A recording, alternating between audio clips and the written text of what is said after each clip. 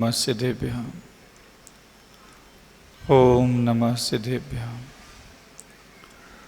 ओम नमः सिद्धेभ्यः। नमो अरिहन्तानं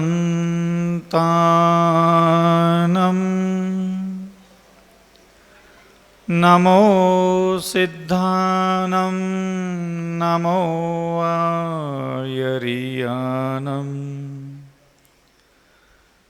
नमो वज्रायानं नमो लोये सव्वसाहुनम्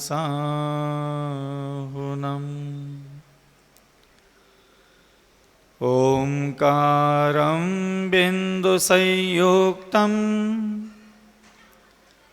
नित्यं ध्यायन्ति योगिनः कामदं मोक्षदं चैव ओंकाराय नमो नमः। अभिनंदननाथ भगवान की जय। पार्श्वनाथ भगवान की जय। आचार्य गुरु श्री विद्यासागर जी मुनि महाराज की जय। आचार्य श्री समय सागर जी मुनि महाराज की जय। निर्यापक आचार्य मुनि पुंग सुधा सागर जी मुनि महाराज की जय। अहिंसा परमो धर्म की जय। बोले परम पूज्य मुनि श्री 108 अविचल सागर जी महाराज की। बोलिए परम श्रद्धेय क्षुल्लक श्री 105 विभद्र सागर जी महाराज की जय।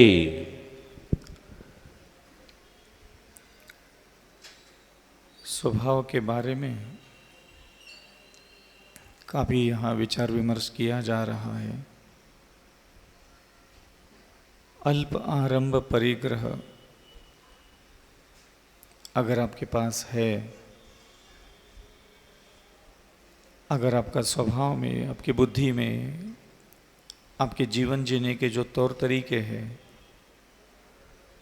उन जीने के तौर तरीकों में आपके अंतःकरण की जो अवस्थाएं होती है, आकुलता, व्याकुलता, संक्लेश परिणाम, एक अलग सी गृद्धता जो मन में पनपती है, उसको यहाँ आरंभ कहा है। निरंतर परेशान रहना, कुछ भी जो हमारे मन में विचार उत्पन्न हुआ, जो अभिलाषाएं, जो इच्छाएं हमारे मन में प्रकट हुई और वो पूरी नहीं हुई, इसलिए अत्यधिक पीड़ित होना, यही वास्तविकता में बहुत आरंभ कहलाता है। किसी चीज़ की प्राप्ति हो गई तो बहुत अधिक मात्रा में खुश होना, यह भी घातक होता है आत्मा के लिए। यह कोई बहुत अच्छी बात नहीं मानी जाती, क्योंकि जो अज्ञानी जीव होगा वही बाहरी पदार्थों को प्राप्त करके अत्यधिक मात्रा में, ज़रूरत से ज़्यादा खुश हो जाता है। वो इतना खुश हो जाता है कि उसको हार्ट अटैक आ जाता है खुशी में। तो ये बहुत आरंभ, बहुत परिग्रह जो कहा गया नरक जाने के लिए, कि ऐसा स्वभाव, एक ऐसा स्वभाव जिसमें बहुत हिंसा होती है, हमेशा ही दूसरे जीवों का घात करना ही हिंसा कहलाता है, ऐसा नहीं। वह भी हिंसा है कि हम अपनी आत्मा के हित के लिए बिल्कुल नहीं सोचते, वह भी एक प्रकार की हिंसा ही है। हम अपने आप का बहुत बुरा करते हैं, हम अपनी आत्मा के साथ बहुत अत्याचार करते हैं, हम अपनी आत्मा के हित के लिए जो जो साधन पद्धति होती है, साधना क्रिया कर्म होते हैं, वो बिल्कुल रुचिपूर्वक नहीं करते। यह भी स्वयं के आत्मा की हत्या ही है। इसलिए हमेशा सावधान रहना चाहिए, चाहे आप संन्यास ले अथवा ना ले। संन्यास लेना और नहीं लेना, ना ये कोई समस्या है, ना कोई समस्या का समाधान है। जो है, जहाँ है, वहाँ वह अपनी आत्मा के हित के लिए धीरे धीरे धीरे धीरे अपनी शक्ति को ध्यान में रखते हुए एक अच्छे निर्णय लेने लग जाता है, जिसमें उसके आत्मा का विकास होने की संभावनाएं अधिक मात्रा में होती है। और यहाँ मनुष्य गति के लिए कहा जा रहा है कि अल्प आरंभ चाहिए। आरंभ का मतलब लोगों को यही लगता है, जो हिंसा, झूठ, चोरी, मैथुन, परिग्रह, क्रोध, मान, माया, लोभ आदि क्रिया जाता है, उसको आरंभ क्रिया कहते हैं। तो ये आरंभ क्रियाएं व्यक्ति के जीवन का एक अंग बन जाती है कि ये चूल्हा तो जलाना ही है, झाड़ू तो लगाना ही है, बर्तन तो मांजना ही है, परिवार बसाया है तो उस परिवार से संबंधित सारे कर्म हमें करना ही है। वो आरंभ तो है ही, लेकिन फिर भी यहाँ जो अल्प आरंभ और परिग्रह पने का जो भाव है, वो भाव की तरफ ध्यान दे रहे भगवान। यहाँ क्रिया से मतलब नहीं है।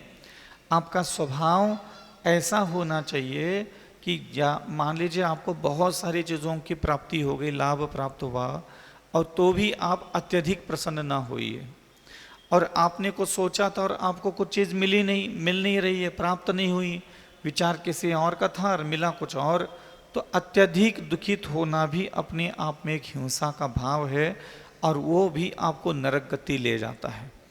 क्योंकि एक तंदुल मच्छ कान में बैठी है और वो बस सोच रही है कि मैं होती तो ये पूरा खा जाती।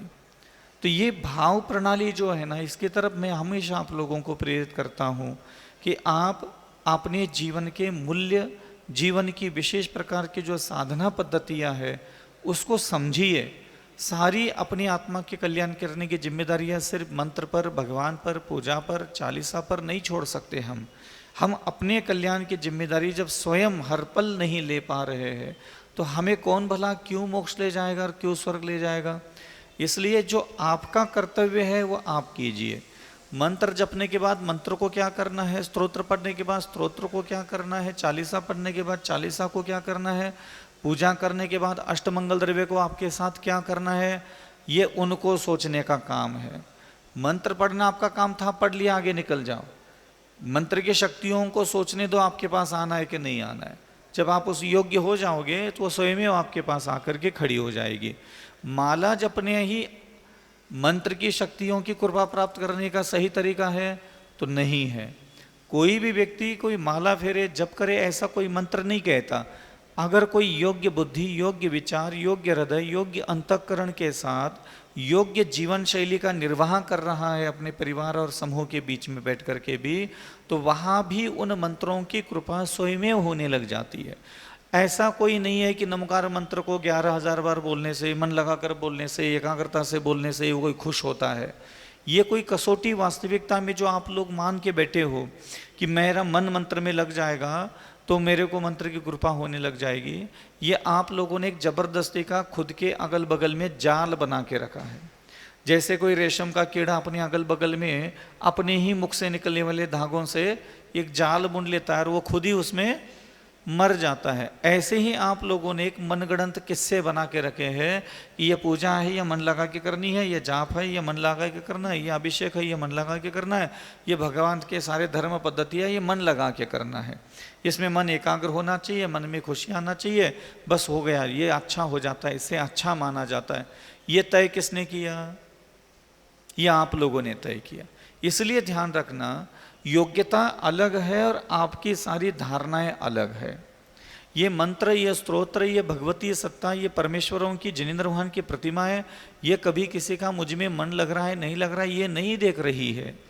ये ध्यान रखना, मैं मुनि बन करके 60 साल 80 साल तक भी जीवन जीऊँ, एक बार भी नमोकार मंत्र को ये नहीं लग सकता कि अविचल सागर जी पर मुझ पर कृपा करना है। लेकिन अगर कोई एक चांडाल है, कोई धीवर है, कोई चमार है, कोई हरिजन है, कोई यादव है, कोई जाट है, कोई भी जाति का धर्म व्यक्ति है, और उसके अंतःकरण में दया है, करुणा है, नम्रता है, मर्यादा है, लज्जा है, वो जहाँ है वहाँ उसकी बौद्धिक स्थिति बहुत संतुलन में है। वो भले ही कहीं नौकरी का काम कर रहा हो, किसी का पति हो, किसी की पत्नी हो, किसी का पुत्र हो, लेकिन उसकी जो गर्भ स्थिति होती है ना, गर्भ स्थिति माने उसका मूल स्वभाव, अगर वो सौंदर्य से भरा हुआ है, और आप विश्वास मानिए वो एक बार नमोकार मंत्र पढ़ेगा और उसको उसकी सिद्धि हो जाएगी। हमारा स्वभाव कितना मायने रखता है ये आप लोग कभी भी इसको ध्यान नहीं देते। हमारा स्वभाव बहुत मायने रखता है। हमारे जीवन शैली, हमारा बोलने के तौर तरीके, हमारे खाना खाने के तौर तरीके, हमारे परिवार के बीच में जो 10 लोगों के साथ हमारा ये 80 साल का मनुष्य जीवन व्यतीत होने वाला है, ये आपको उस चौकट के अंदर प्रत्येक व्यक्ति को निर्णय लेना चाहिए कि मैं इस परिवार के बीच में, एक व्यक्ति के द्वारा निर्णय लेने से घर गृहस्थी में सुख खुशियाँ नहीं आएगी, ना वहाँ धर्म स्थापित होगा। प्रत्येक व्यक्ति को यह निर्णय लेना चाहिए कि मुझे इसी परिवार के 10 लोगों के साथ अगला 25-40 साल की यात्रा पूरी करनी है, और मैं यहाँ दया, करुणा, विनय, नम्रता, क्षमा और कुछ भी गलती होती तो मैं माफ़ी मांगते हुए आगे निकल जाऊँगा। मैं किसी को पीड़ित नहीं करूँगा, दुखित नहीं करूँगा, व्यथित नहीं करूँगा, ताना नहीं मारूँगा। कोई बात नहीं, जिसको जैसा दो धन चाहिए, कोई हो सकता है घर में लालची हो, जिसको लगता हो भाई सबकी प्रॉपर्टी हमें ही मिल जाए, तो दे दो, उसको दे दो। तो ये कुबेर तीर्थंकर के आंगन में जो रत्न फेंक के चले गए ना, वो इसीलिए फेंक के चले जाते। दे दिया उन्होंने। हर बार 10 बार मुनि बने, 10 बार अपने हिस्से की प्रॉपर्टी अपने भाई को, अपने बहनों को छोड़ के तो गए होंगे मुनि बनने के लिए। मंदिरों में आकर के त्याग किया जाता है, ऐसा क्यों सोचते हैं? छोड़ दो, कोई बात नहीं। दर्द होता है महाराज, फिर हमारा भविष्य क्या होगा? वो ऊपर वाला सब देखेगा, वो ऊपर वाला सब देखेगा। और ध्यान रखना, जो छीन के जाता है वही देने के लिए अगले जन्म में वापस आता है। वो कैसा आता है, क्या आता है, वो तो सब कर्मों पर छोड़ दो। एक बहुत अच्छा स्वभाव के साथ यहाँ जीने के लिए कह रहे हैं। मनुष्य गति का बंध बांधना है तो अल्प आरंभ, अल्प परिग्रह। क्या चाहिए? धन। कभी कभी मन बैठता है ना अपना, बैठे बैठे मन कल्पना करता है, अरे यार हमारे पास भी उनके जैसा 100 तोला सोना होना चाहिए, उनके जैसी चूड़ी होना चाहिए, उनके पास तो। अब जेठानी देवरानी आपस में ही छोटी चीज़ होती है कि उसके पास तो कम से कम 20 तोला सोना इकट्ठा हुआ, 2 साल से तो हम खुद ही ले नहीं पाए, वो तो खुद ही उड़ा लेती, पता नहीं कहाँ से लाती है, उसका पति तो सब ला के दे देता है, हमारे पति तो 2 साल से सोना चांदी नहीं लाए। अब वो बगल का 5 तोला ज़्यादा, 2 चूड़ियाँ ज़्यादा देख करके 5-5 साल तक कूड़ते हुए गुजार लेते हैं कि उनके पास 4 छोट सेट ज़्यादा हो गए, हमारे पास कम है, पता नहीं हमारा पति कब सुनेगा और हमें कब ला के देगा। अब ये क्या है? अल्प है, नहीं, कुछ नहीं, लेना देना नहीं है। ये सूत्र ग्रंथों का ज्ञान नहीं होने के कारण हम नरक कोई कत्ल खाना खोलने के कारण नहीं जा रहे हैं अनंत काल से। ये बहुत छोटे छोटे जो मानसिक अपराध होते हैं कि वो 4 चूड़ियाँ उसके जैसा, उसके जैसे कपड़े, उसके जैसा। कभी गलती से एक आध बार तुम्हें जेठानी देवरानी के कमरे में जाने का मौका मिले, तुम्हारी आंखें सिर्फ वही घूरती है कितने का सामान कितनी मात्रा में रखो है, बस देख के आ जाएगा और छाती पे सांप लौटते हुए दिन रात भर झरते रह जाएंगे कि वो के कमरे में ये कहाँ से आ गो, वो कहाँ से आ गो, अलमारी तो बढ़िया बनी हो की, ये बेड बना था, बेडशीट तो बढ़िया बनी थी। कुछ भी देख करके बस खाली अपने अंतरात्मा को दुख देने के अलावा तुम्हारे पास कुछ आता ही नहीं है। तुम्हें दुनिया की कोई भी चीज़ मैं दिखा दूँ, देख करके दुखी होने के अलावा, देख करके काम वासना में जाने के अलावा, देख करके स्वयं के आत्मा को अत्यंत पीड़ित करने के अलावा तुम्हें कुछ आता हो तो बताओ, तुम्हें क्या दिखाओ? बताओ, तुम देख करके खुश हो जाओगे? तुम्हें भेज दूं जेठानी देवरानी ननंद के कमरे में, तुम बहुत प्रसन्न होकर आ जाओगे, खुश हो जाओगे, कितनी किस्मत वाली है, कितनी अच्छी है, उसका भाग्य अच्छा है, बहुत अच्छा है, भगवान उसका और बरकत दे दे। दुआएं निकलेगी तुम्हारे आत्मा से। यहां करके तुम दुनिया भर के भक्ताम प्रणत मौल्य मनी प्रभा नाम। तुमने अपने सारे पतन के रास्ते इतने जबरदस्त खोल के रखे हो। साधु माता जी ये सारी चीजें पकड़ करके मंत्र स्तोत्र पूजा पाठ जाप स्तोत्र की बातें कर करके ही साधुओं के दिमाग का भी भूसा बैंगन का भरता बना दिया और खुद भी ऐसे ही हो गए। हमारे सामने आते ही तुम्हारा रंग रूप लावण्य सारी चीजें अलग होती है और घर जाते ही इन छोटी छोटी चीजों में इतने मलिन बना देते हो। इतनी छोटी चीजों में अगर जेठानी के कमरे में अलमारी में अगर 5 फ्रेश जूते भी देख लोगे ना तो तुम्हारे छाती पे सांप लोटे बिना नहीं रहते। और इतना भयानक तांडव मचा देता है कि हमारे अब जबरदस्ती तू भी कहीं से उठा करके 3-4 एक्स्ट्रा ला के रख देगा, तब तेरे को लगेगा कि बराबर हो गया। तो ये बराबर होने का जो भाव होता है ना, पता नहीं इतना निच्चड़ बुद्धि है। ये ऐसे ही है, हम अनंत काल से यही हो रहा है। संसार में भटकने का कारण कुछ और है ही नहीं। साधु बनने के बाद भी ये स्वभाव नहीं हटता। ऐसा मत समझना कि ये घर गृहस्थी में होता है ना, ये कहीं भी रायता फैलाने का स्वभाव होता है। चाहे माताजी बना दो, मुनि महाराज बना दो, आचार्य बना दो, उपाध्याय बना दो, साधु बना दो, बनने को हम घर गृहस्थी बन जाते हैं, पति बन जाते हैं, पत्नी बन जाते हैं, सब बन जाते हैं। बनने को क्या है, जो चाहे बन लो। महाराज बनने का मूड हो गया महाराज बन दो, पति बनने का मूड हो गया पति बन जाओ। हाँ, भगवान थोड़ी किसी को उंगली पकड़ करके खींच रहे, वो तुम्हारा मूड है। लेकिन हम जहां भी रहते हैं ना, यही रायता फैलाता है। मंच पर बैठ करके साधु के प्रवचन सुनो कितने अच्छे होते हैं, और कमरे में जाकर के आपस में साधुओं के आपस में दूसरे साथ नहीं बैठती। क्यों? जाके देख लो माता जी की हालत क्या है। बोल नहीं सकते इतनी बुराइयां, वो कह नहीं सकते इतने सारे तांडव नृत्य होते हैं। क्यों? क्योंकि उन्होंने ये चीजें समझी ही नहीं है कि सन्यास किसी भी समस्या का समाधान नहीं है। हमारा स्वभाव जो बदलना है, ये स्वभाव बदलने के प्रोसेस में कोई नहीं जा रहा, कोई नहीं जा रहा है। मैं पहले से अच्छे स्वभाव का व्यक्ति बनूं, ये साधु भी सोच ले, बहुत बड़ी बात है।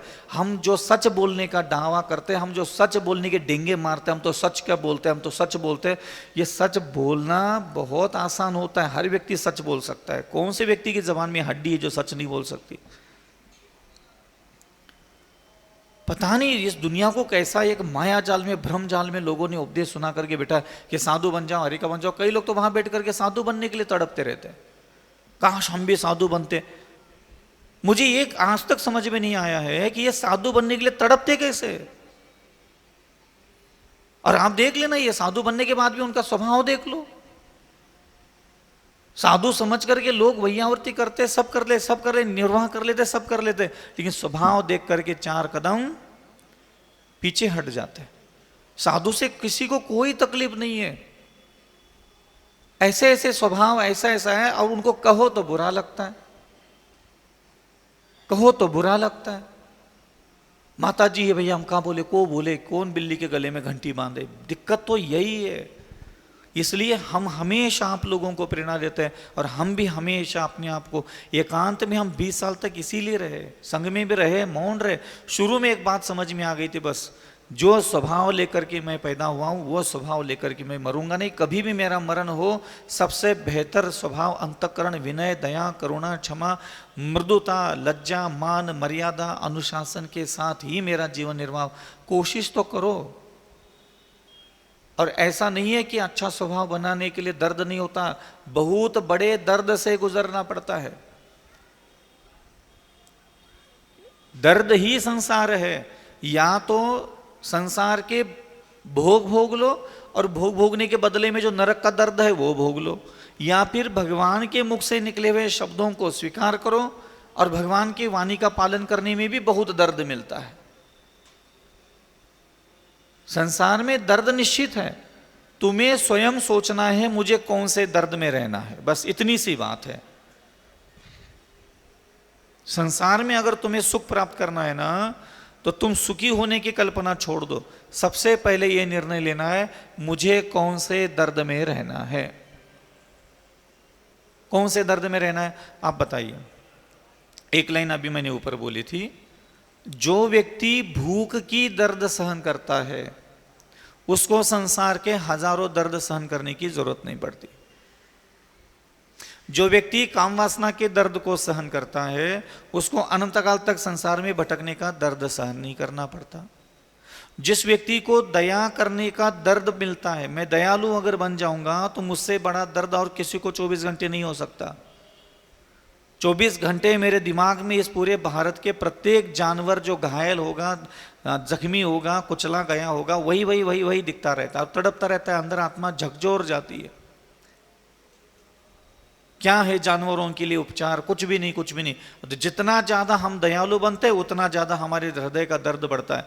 लेकिन अगर मैं अपने आप को दया के दर्द से नहीं भरूंगा, तो मुझे संसार के दूसरे दर्द झेलने पड़ेंगे। नियम है ये प्रकृति का। क्षमा क्या है? क्यों नहीं करना चाहता आपका मन? दर्द है। क्षमा करना एक बहुत बड़ा दर्द है। जिसने मुझे मारा, पीटा, गाली दी, निंदा की, आलोचना की, उसको क्षमा करने के लिए अपने मन को तैयार करना बहुत बड़े दर्द से गुजारना पड़ता है। तब जहां कर कि वो सरल स्वभावी क्यों नहीं हो पाते आप? क्योंकि सरल स्वभावी होने में बहुत दर्द होता है। बन के देख लो एक दिन सरल, दुनिया भर के 2 कौड़ी के लोग आकर के नोच के चले जाते हैं। मूर्ख राम आकर के हमें ज्ञान पढ़ा के चले जाते हैं। समझ में आ रहा है? ये स्थिति होती है। तो ये दर्द है। तो मैं जब चिंतन में बैठा तो ये सोचता था कि एक जगह सांप खड़ा है, नागराज, जहरीला किंग कोबरा, एक तरफ कुत्ता खड़ा है, एक तरफ शेर खड़ा है, एक तरफ बिच्छू है, एक तरफ और कौन कौन काटता है, मच्छर है, और कौन काटता है, मक्खियाँ है, सब काटती है, ये सब काटने वाले जानवर है, ये सब चारों तरफ खड़े कर दो। अब तुम्हें तय करना है सांप से कटवाना है कि शेर से कटवाना है कि कुत्ते से कटवाना है कि मच्छर से कटवाना है कि खटमल से कटवाना है कि पिस्सू से कटवाना है। तुम ये नहीं कह सकते कि इसमें से किसी से नहीं कटवाऊंगा, नहीं, तुम्हें तय करना है। और एक तरफ भगवान खड़े हैं, भगवान से कटवाना है तो दर्द होगा, समझ में आ रहा है, दर्द होगा, दर्द मिलना, कटवाना तो है ही। अब तुम तय करो सांप से कटवाना है क्या, नहीं, कुत्ते से कटवाना है, नहीं, बिच्छू से कटवाना है, नहीं, किससे कटवाना है भाई, मच्छर से कटवाना है, चलो आ जाओ। नियम है ये, आप दुखों से नहीं बच सकते, विपत्तियों से। संसार के जो यहां वसूल है वो आपके ऊपर भी लागू होंगे, आपके अगल बगल भी धोखाधड़ी, मायाचार, तृष्णा, घमंड, गुरूर करने वाले सब नरमुंडे आएंगे, सब वही भरे पड़े हैं। हम अनंत काल से यही ऐसे, ये ऐसा, वो वैसा, शिकायत नहीं करना। तो मेरे पास क्या है, मेरे पास बहुत दुख है, केशलोच करने का दुख है, दिगंबर रहने का दुख है, नंगे पैर चलने का दुख है, ठंडी गर्मी बरसात का दुख है, बीमारी का दुख है, एक बार भोजन करने का, एक बार पानी पीने का दुख है, मेरे पास बहुत प्रकार का दुख है। शीत गर्मी उष्ण राग द्वेष छल कपट दुनिया आकर की निंदा नालस्ते आलोचना घृणा सब करके चली जाती है, फिर मैं शांत बैठता हूँ। क्या इसमें दर्द नहीं होता, बहुत दर्द होता है। तो क्या वो बोलते इसमें दर्द होता है क्या शांत बैठने में दर्द होता है, शांत बैठने में ज्यादा दर्द होता है। उनका बोलने का बुरा नहीं लगता मुझे, और शांत बिठाने में जितना दर्द से गुजारना पड़ता है वो दर्द है मेरे पास। विनय करो संसार के, आपको क्या लगता है विनय करना कोई धर्म होता है? विनय करना एक दर्द है। अगर विनय करना धर्म है तुम करके देख लो, दर्द है। मैं धर्म को कभी धर्म मानता ही नहीं, मैं उसको दर्द ही बोलता हूं। धर्म को कभी भी धर्म डालना छोड़ दो और बोलना चालू करो ये दर्द है। अब दो दर्द है, दुनिया का दिया दर्द और भगवान का दिया दर्द। अब तुम्हें कौन से दर्द में रहना ये सीख लो। और जो भगवान के दिए हुए दर्द में रहता है उसको बाद में संसार के दर्द में नहीं रहना पड़ता। और जो संसार का दिया दर्द लेकर के छाती में लेके घूम रहा है उस व्यक्ति का कोई भी भगवान समाधान नहीं करते।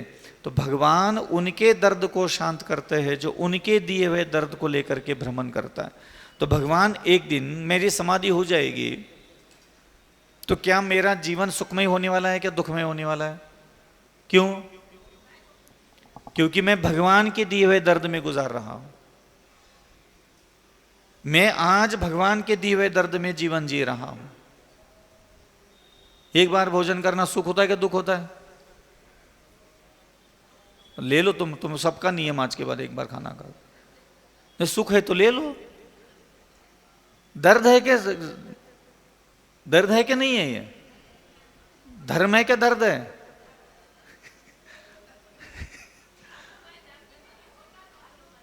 नहीं, ये एक बार भोजन करना ये धर्म है क्या दर्द है पहले ये तय करो। धर्म है तो ले लो। हाँ, धर्म वाला दर्द है ये। इसलिए हमेशा अपने आप को दर्द में रखो। ज्ञान ध्यान तपो रक्त तपस्वी सह प्रशस्यते। जो हमेशा अपने आप को दुख में रखता है, बुद्धि पूर्वक संकल्प पूर्वक जो व्यक्ति, और कौन सा दुख?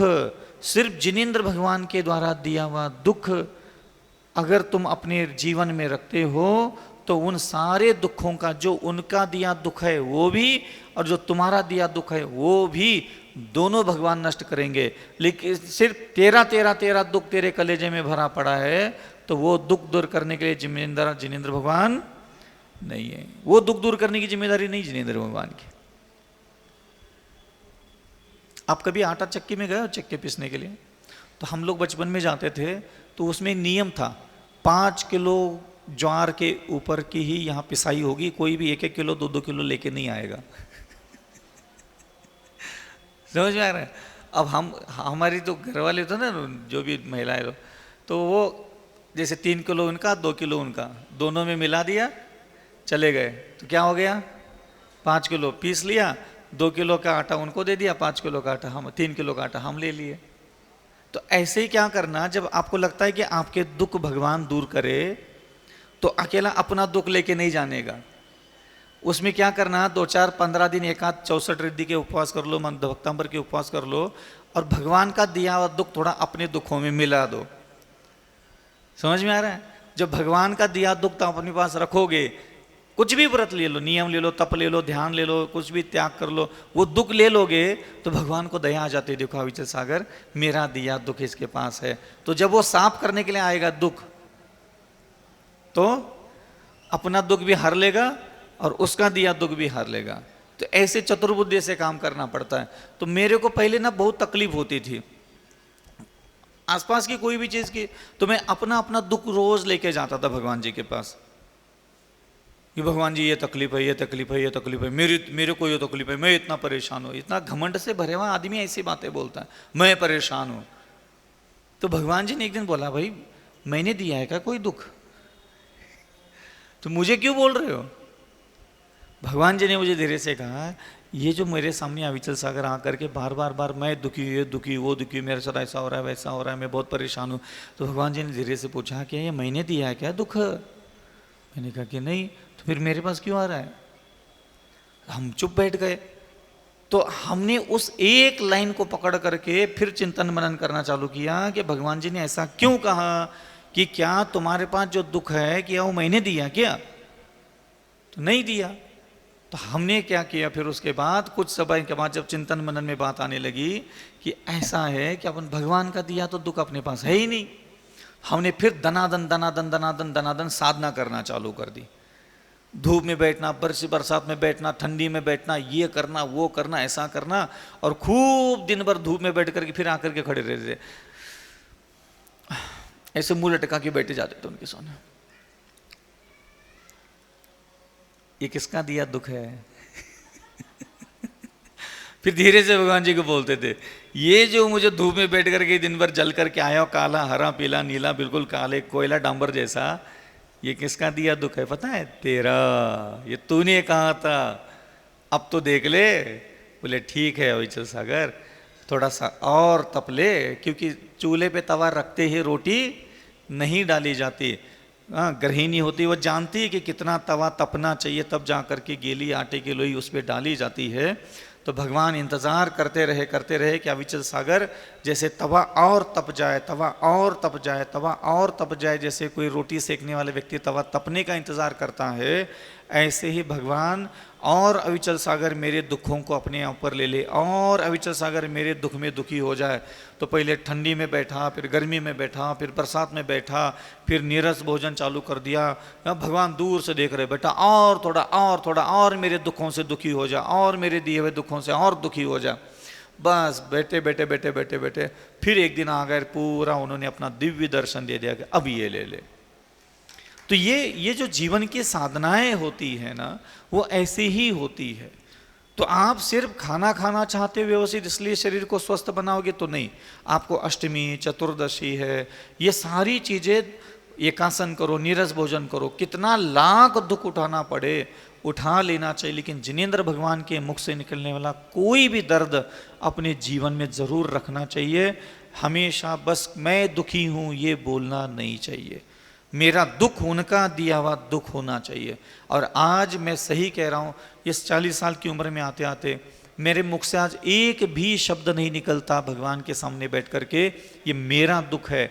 हमेशा जब भी कोई दुख होता है उसका दिया दुख ही उसको बताता हूँ, उसका दिया दुख ही बताता हूँ। देख तूने ये मुझे क्षमा करने के लिए कहा, रात भर परेशान रहा, मैं बहुत मुश्किल से मन को मानवाया, तब जाकर के इस व्यक्ति को मेरा मन क्षमा करने के लिए कहा। कितना दर्द होता है भगवान, तू तो बोल के चला गया सिद्धालय क्षमा कर लो, लेकिन हमें बहुत दर्द हुआ क्षमा करने के लिए उस व्यक्ति को। तो भगवान कहते हैं मालूम है अविचल सागर, तुझे बहुत दर्द हुआ उस व्यक्ति को क्षमा करने के लिए, लेकिन कोई बात नहीं, तूने मेरे कहने से ये दर्द सहन किया ना क्षमा करने के लिए उस व्यक्ति को, मैं तुझे इनाम दे दूंगा। समझ में आ रहा है? नहीं आ रहा है? तो पति को प्रसन्न करना है, पत्नी को प्रसन्न करना है, माँ को प्रसन्न करना है, मित्र को प्रसन्न करना है, तो कितने दर्द से गुजरना पड़ता है। ये सारा, ये जितने भी पुरुष लोग हैं, ये दुकानों में बैठ करके घुटने फोड़ रहे धंधा पानी, ये तुम लोगों को खुश करने के लिए तो कर रहे हैं सब, नहीं कर रहे क्या? खुश हुए? नहीं।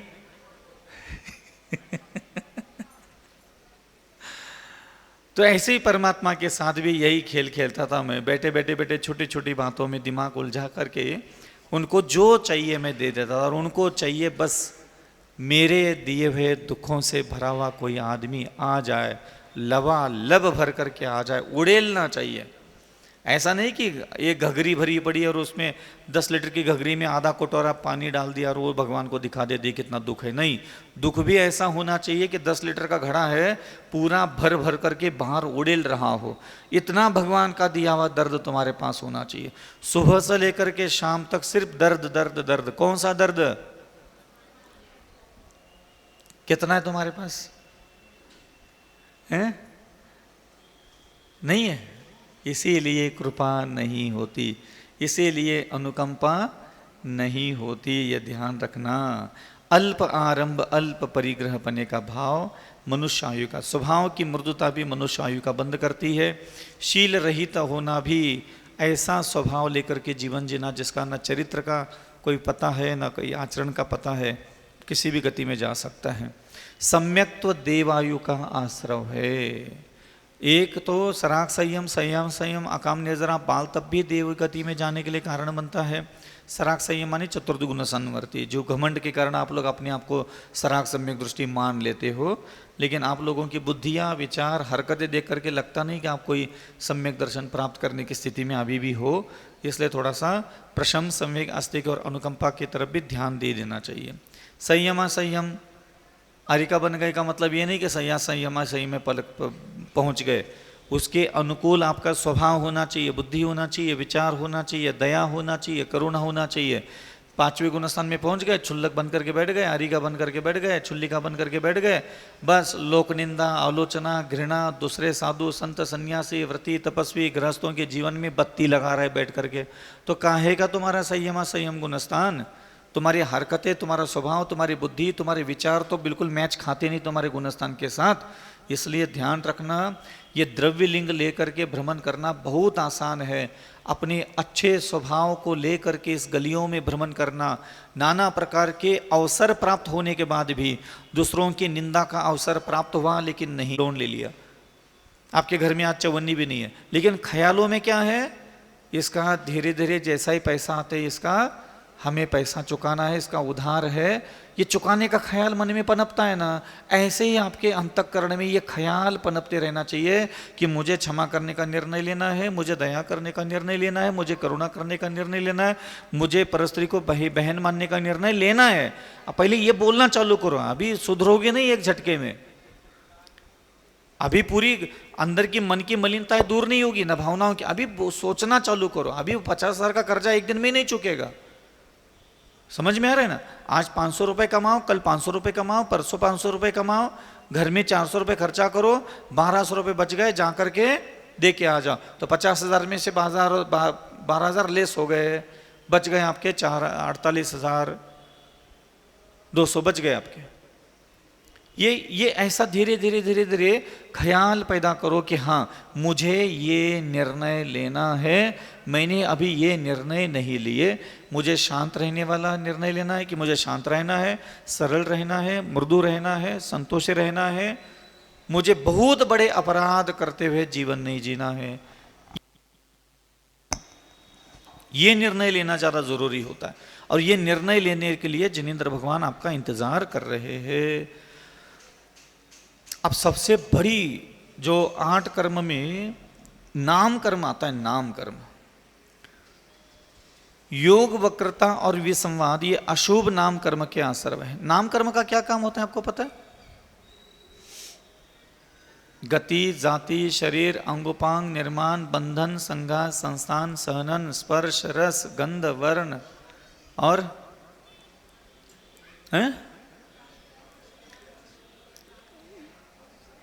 गति, जाति, शरीर, अंगोपांग, बोलो तत्वार सूत्र कंठस्थ वाले, संस्थान, संगात, संस्थान और स्पर्श रस गंध वर्ण और हाँ, इतने सारी चीजें ये नाम कर्म पैदा करके हमें दे देता है। जो कुछ भी आज हमारे शरीर का ढांचा, मन का ढांचा, बुद्धि का ढांचा, स्वर्ग में कौन सा देव बनना, कौन सा नहीं बनना, हमारा लगभग जो 90% अस्तित्व है ये नाम कर्म तय करता है। और ये नाम कर्म में कौन सा 8वें अध्याय में है क्या ये? गति जाति शरीर अंगोपांग निर्माण बंधन संघात संस्थान।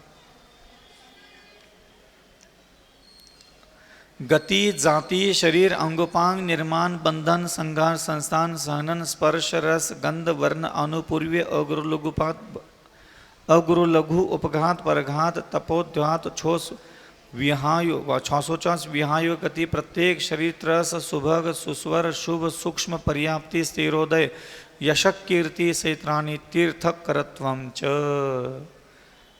जो हमारे जीवन शक्ति है, ये तीर्थंकर तक पहुंचाने का अगर किसी का कोई काम है, सर्वोच्च अवस्था में पहुंचाने का अगर किसी कर्म का, वो है नाम कर्म के कारण पहुंचाता है। और वो बिगड़ता किस चीज से है? योग वक्रता विसंवादनम च अशुभ नाम।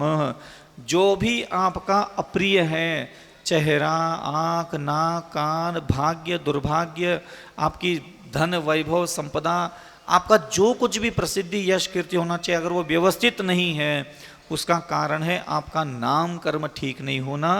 जो कुछ भी आपको लगता है यार मेरा ये ठीक नहीं है, आपको लगता है आपकी नाक ठीक नहीं है, वो नामकरण के कारण। आपको लगता है आपकी आंखें अच्छी नहीं है, वो नामकरण के कारण। जो कुछ भी आपको फील होता है यार मेरा भाग्य अच्छा नहीं है,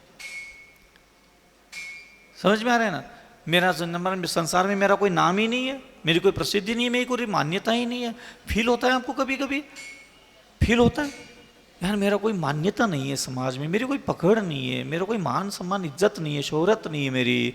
ये कब होता है? नाम कर्म जिसका अच्छा नहीं होता, उसको हर चीज जो अपने भाग्य की भी मिल चुकी ना, वही उसको अच्छी नहीं लगती।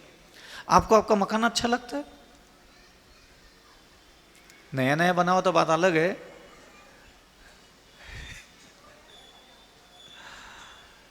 कई लोगों को लगता है यार मेरा मकान अच्छा नहीं, दुकान अच्छा नहीं, मेरा भाग्य अच्छा नहीं, मेरी किस्मत अच्छी नहीं। वो सारी चीजें नाम कर्म के साथ जुड़ी है। और वो बिगड़ती किस लिए है? योग वक्रता, मन वचन काय की वक्रता के कारण। यहां सारा रायता फैला पड़ा है तुम्हारे मन वचन शरीर में। देवगति जाने का कारण देख लो, मन वचन काय की गंदगी। नरक गति जाने की वजह देख लो, मन वचन काय की गंदगी। त्रियंश गति जाने के कारण देख लो, मन वचन काय की गंदगी। देव बनना है, मन वचन काय की सादगी। और यहाँ अशुभ जो भी मिलेगा संसार में, जो भी अशुभ, आपको किसी का चेहरा देख ले रहा लगता है रे कैसा बेकार चेहरा, ये उसके अशुभ नाम कर्म का उदय है। जो कुछ भी आपको अप्रिय लगता है, चाहे अपना हो चाहे दूसरा हो, उसका कारण क्या है? अशुभ नाम कर्म का उदय है। बेशर्मी का फूल, ये गेंद आता है, बेशर्मी जानते हो? बेशर्म का फूल देखते हो, देख के कितनी खुशी होती है ना। और कमल का फूल, ये उसका शुभ नाम कर्म का उदय है कि उसको देखते ही सारा संसार खुश हो जाता है। और वो बेशर्मी का फूल है, कहीं भी रख दो, है यहाँ किसने रख दिया रे, हटा इसको, उसको देखते ही आंखें सबकी मुरझा जाती है। ये क्या है? अशुभ नाम कर्म के उदय में ये सब शरीर। आचार्य श्री का शरीर देखो कैसा था, हा? शुभ नाम कर्म देखने के लिए आत्माएं तड़पती थी, उनका मुख देख ले, ऐसा योगी का मुखमंडल, मतलब मेरे तो नजर में आज तक किसी का चेहरा ऐसा आया नहीं है कि उसका चेहरा देख करके लगे कि ये योगी है, ये भोगी नहीं हो सकता। बाकी सारे लोगों के ये पकोड़े थकोड़े सब चलता रहता है, चेहरे पे सब चिपके पड़े, गृहस्थी के सारे लक्षण प्रकट है। एक ही चेहरा ऐसा आज तक मिला जिनका चेहरा सिर्फ ये देख करके लगता है कि ये योगी का ही मुखमंडल है और किसी का मुखमंडल नहीं। 10-10 जन्म 8-8 जन्म तक जब साधना करो तब ऐसा शुभ नाम कर्म का उदय आता। और ये किससे? शुभ मन वचन काय का निरंतर इस्तेमाल करने से ही होता है। 3 प्रकार के योग का व्याख्यान पहले करा है। इसकी कुटिलता योग वक्रता है, अन्यथा प्रवृत्ति करना विसंवाद है। मन वचन काय का वक्र बनाना और विसंवाद, ये विसंवाद का मतलब जानते हो क्या होता है? निरंतर साधु पुरुषों से विवाद पैदा करने के लायक हरकतें करना। अन्यथा प्रवृत्ति करना विसंवाद है। अन्यथा प्रवृत्ति करते रहते हैं। मैं यहां बैठा हूं, मान लीजिए छुल्लक जी यहां बैठे हैं, उनकी कोई एक बात मुझे नहीं समझ में आ रही, नहीं समझ में आती। देखो सबका अपना अपना, मेरे उनको समझ में नहीं आएगा। मेरा वो ऐसा अर्ध पद्मासन में बैठे, मुझे लगता है कि नहीं ऐसा क्यों बैठते, मुझे लगा ऐसा क्यों बैठते, और इसी बात को लेकर के मैंने इनके साथ विवाद कर लिया। जरूरत थी क्या? नहीं थी ना। मान लो कोई इनकी हरकत मुझे नहीं समझ में आ रही है, जहां करके मैंने महाराज जी आपको समझ में नहीं आता, क्या वैसा हो क्या वैसा हो, क्या इसको ऐसा नहीं ऐसा करना चाहिए, आगम में ऐसा लिखा है, नहीं आपने गलत किया। ये क्या होता है? अगर तुम्हारे बोलने से कहीं भी विवाद होने की संभावना लग रही है तो वो सच भी हो तो भी सत्यमपि विपते। पूरे शास्त्र पढ़ने वाले साधु संत भी इससे बच नहीं पा रहे। दे दना, मैं तो सच बोल रहा हूं, मेरे पास तो प्रूफ है। भगवान 1000 बार कह रहे दोषवादे च मौनम। भगवान 1000 बार कह रहे हैं कि जहां भी विपत्ति पैदा हो सकती है मेरे ऐसा बोलने से, मेरे ऐसा लिखने से, इसके साधक के जीवन में, किसी गृहस्थ के जीवन में भवंडर आ सकता है, वो नहीं बोलेंगे। आसान होता है साधु के जीवन पर व्हाट्सएप पे मैसेज लिखना। कितने लोग ऐसे हैं यहाँ गली में, कौन कौन से औरतें कहाँ फंसी पड़ी है, कौन कौन से मर्द कहाँ फंसे पड़े, किसको खबरें नहीं है बताओ? यहाँ बैठने वाले एक भी मर्द नीचे हाथ करके दिखाए मुझे। और अगर मर्दानगी है थोड़ी सी भी, आज व्हाट्सएप पे लिख करके नाम के साथ लिख के दिखाओ।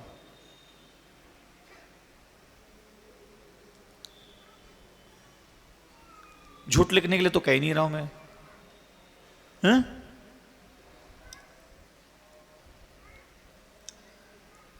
ख्याल भी आ रहा है क्या लिखने का? या तो ये बोलो कि महाराज खबरें नहीं सुनी हमने, मना कर दो मुझे महाराज नहीं ये सब गलत है, बोल दो एक बार। नहीं है, मैं गलत बोल रहा हूं, सही बोल रहा हूं। हाँ लिख लो व्हाट्सएप पे, अब सुरासागर जी के लिए लिख लो, आचार्य के लिए लिख लो, अभी लिख देंगे, अभी लिख देंगे, फॉरवर्ड कर देंगे, धाड़ धाड़ धाड़ धाड़ धाड़ धाड़। सच क्या है कभी नहीं पूछा। जब साधु स्वयं बोल रहा है मैं ये नहीं हूं, तो भी तुम लगे हो लगे हो लगे हो लगे हो लगे हो, चाहते क्या हो? ये विसंवाद होता है। और ये कौन करते हैं? पीछे हाथ में लेकर के करते। आपको लग रहा है साधुओं की बुद्धि का विकास हुआ है? मैं आपको आज बोल रहा हूं, साधु बनने के लिए तो 1000 2000 4000 बन गए होंगे, साधना कर रहे होंगे, लेकिन उनका ध्यान आज भी नहीं अपने स्वभाव को ठीक करने की तरफ। बहुत दुर्लभ होता है साधु बनने के बाद ये सोचना कि मैं अपनी तप से, ध्यान से, चिंतन से, मनन से, अध्ययन से, गुरु के आशीर्वाद से मैं अपने स्वभाव को बहुत अच्छा बनाऊंगा।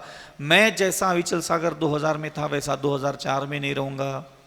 मैं जैसा 2004 में था 2008 में नहीं रहूंगा। 2008 में था तो 2012 में नहीं रहूंगा। 2012 में जो मैं था 2020 में नहीं रहूंगा। जो 20 में था वो 24 में नहीं रहूंगा। मैं 24 में जो अविचल सागर हो 2030 में नहीं रहूंगा। मैं इससे सरल, इससे मृदु, इससे कोमल, इससे दयालु, इससे सरल, शांत और वितरागी बनूंगा। हमारा सारा तप, हमारा सारा ज्ञान, हमारी सारी तपस्या, हमारा सारा सौले का भोजन करना, हमारा सारा संसार में प्रभावना करना, अगर सारी प्रभावना करने के बाद भी तुम अपने स्वभाव को सुंदर नहीं बना पा रहे हो, तो क्या ये मंत्र, स्तोत्र, पूजा पाठ और भगवान की प्रतिमाओं की ऊर्जा का डिंगे मारने के लिए धरती पर पैदा हुए थे क्या?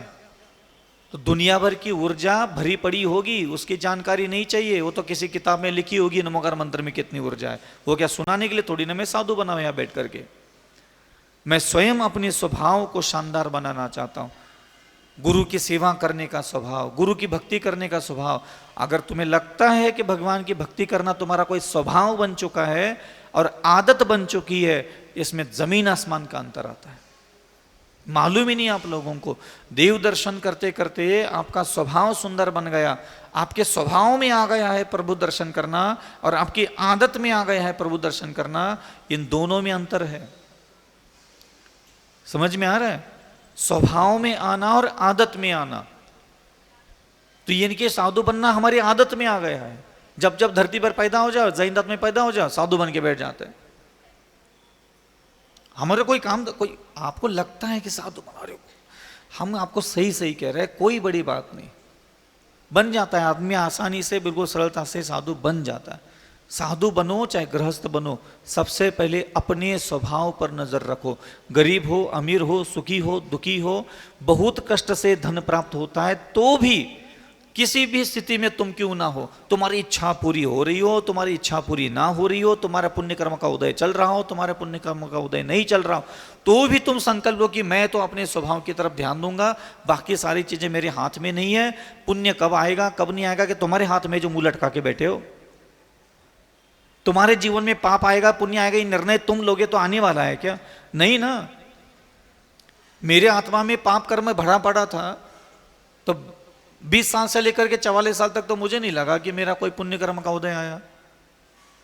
और आज गुरुदेव ने आशीर्वाद दे दिया, थोड़ा बहुत समाज में आ गए, थोड़ा बहुत ठीक है, शरीर स्वास्थ्य भी है, थोड़ा सा मन प्रसन्न है, अच्छा लग रहा है, चलो लग रहा है वे पुण्य कर्म का उदय आया। तो क्या लेना देना, जब आएगा सो आएगा, जब भुगत लेंगे। हमेशा अपने स्वभाव को सुंदर बना लूंगा। कहीं भी हूं, काउंटर पे बैठा हूं, हाँ बैठ गए काउंटर पे, चलो अच्छे स्वभाव के साथ बैठना, स्वभाव अच्छा रखना। आप अपने आप को कहाँ करो, अच्छा स्वभाव धारण करके यहाँ बैठो, दुकान चलाओ, अच्छे स्वभाव के साथ धंधा करो, अच्छे स्वभाव के साथ व्यापार करो, अच्छे स्वभाव के साथ घर गृहस्थी चलाओ। चला के तो देख लो, वही साधना, वही तपस्या, वही त्याग बन जाएगा तुम्हारे लिए। अच्छा स्वभाव धारण करना ही सबसे बड़ी तपस्या है। रोग गृहस्थ में बैठो चाहे साधु बन के बैठो। पार्श्वनाथ भगवान पर पत्थर मार रहे तो अच्छा स्वभाव छोड़ा क्या उन्होंने? वो सुदर्शन सेठ के सामने वो रानी आकर के कपड़े उतार करके खड़ी और बोलती भोगो मुझे, उसने अपना अच्छा स्वभाव छोड़ा क्या? छोड़ा? मैना सुंदरी ने अपना अच्छा स्वभाव छोड़ा? वो कौन सी हरिका बनने के लिए उतावली हो रही थी, मरी जा रही थी। तो हम समझ ही नहीं रहे हैं कि हमें पहुंचना कहाँ है। कुछ लोग गृहस्थ में होता है, अरे हमें तो साधु बनना है, अरे हमें तो दीक्षा लेना है, हमें तो प्रतिमा लेना है, हमें तो धर्म में आगे बढ़ना है। अब ये कई बार हमें ना ये आश्चर्य लगता है, कई लोग आपको भी सुनने, अरे हमें तो बहुत आगे बढ़ना है भैया धर्म के मार्ग पे। ये आगे बढ़ना होता क्या है? 1 प्रतिमा, 2 प्रतिमा, 3 प्रतिमा, 4 प्रतिमा, ये त्याग कर लिया, वो त्याग कर लिया, बोले आवा आगे बढ़ रहे महाराज। जब हम ये इसको आगे बढ़ना नहीं बोलते, इसको बोलते कुत्ते की पूंछ पे ये खाली डिब्बा लटका दिया और वो कुत्ता आगे आगे जा रहा है और पीछे से संगीत बज रहा है, घड़घड़ घुड़गुड़ घड़घड़ घुड़गुड़ घड़घड़ घुड़, बस जबरदस्ती के व्रत टांग दिए और लेकर के घूम रहे गली गली में। गधे को मजा आ रहा है कि मैं 4 कदम चलता हूं, मेरे पीछे से आवाज आती है, तो व्रत लेकर के घूमो तो पीछे से जयकारा की आवाज तो फोकट में आती है। बस नागा बाबा बन के बैठ जाओ, अविचल सागर महाराज की, बस इसको बोलते हैं डिब्बा। महाराज बन के बैठ जाओ, ये गधी की पूंछ पे बंधा हुआ डिब्बा है, ये तो पीछे के जयकार आवाज तो आएगी, सब लोग गुणगान गाएंगे। समझ में आ रहा है ना? ये तो मिलेगा, गिफ्ट में मिलेगा। ये तो गधे की पूंछ पर ये पान मसाले का डिब्बा होता है ना, गोल गोल छोटे छोटे, बांध दो रस्सी से, तो गधा 4 कदम आगे चलता है, पीछे से घड़घड़ की आवाज आती है, तो गधे को लगता है, गुड फीलिंग्स आती है कि देखो मैं महाराज बन करके, व्रती बन करके चलने लगा। तो आसपास के लोग सम्मान देने लग जाते हैं, विनय करने लगते हैं, भैया जी, दीदी जी, जंटी जी, मामी जी, आरिका जी, चुल्लिका जी, हाँ अविचल सागर महाराज की जय। तो ये गधे की पूंछ पे बंधा हुआ डिब्बा है, ये आसपास की आवाज सुन करके कई लोगों को लगता है कि हमारा काम हो गो। तो वहां काम कचू नहीं, अभी तो शुरुआत ही नहीं किया तुमने।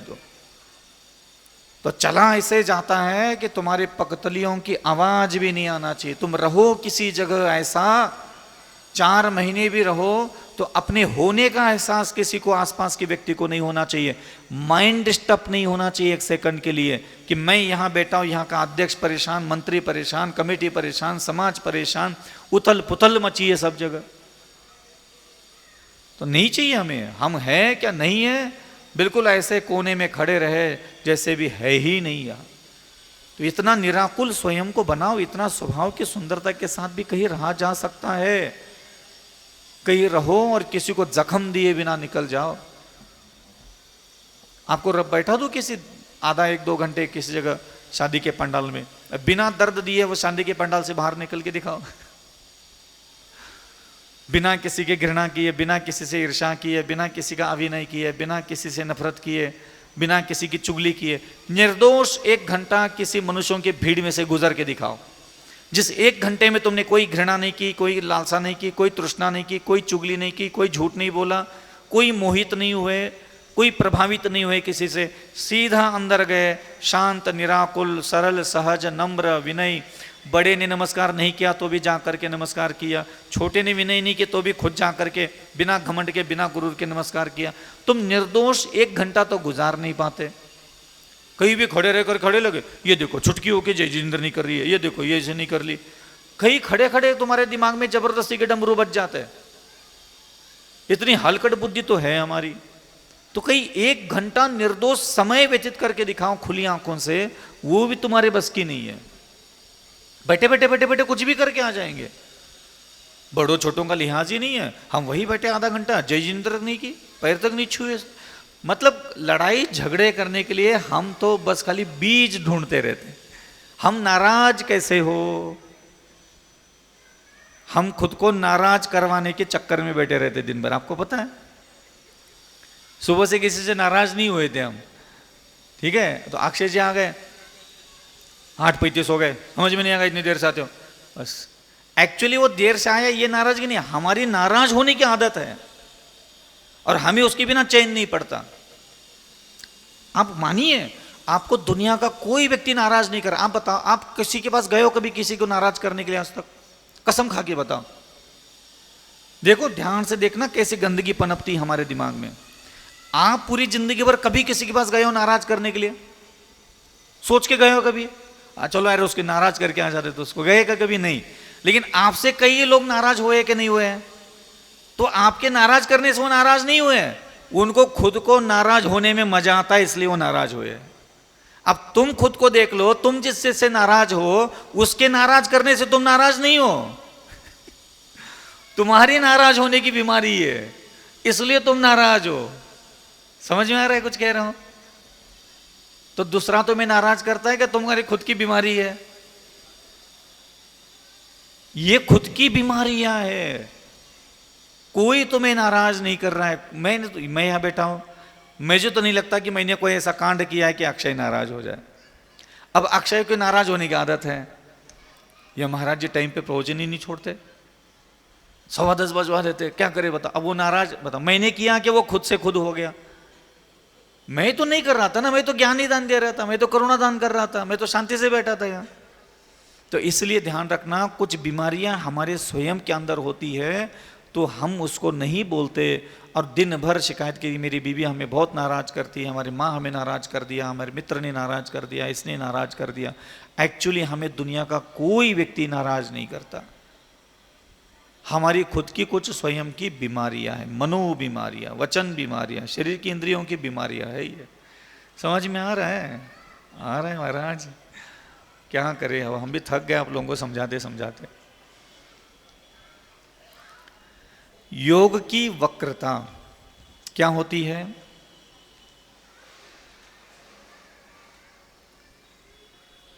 जो स्वर्ग और मोक्ष के योग्य समीचीन क्रियाओं का आचरण कर रहा है उसे उसके विपरीत मन वचन काय की प्रवृत्ति द्वारा रोकना कि ऐसा मत करो, ऐसा करो, यह विसंवाद कहलाता है।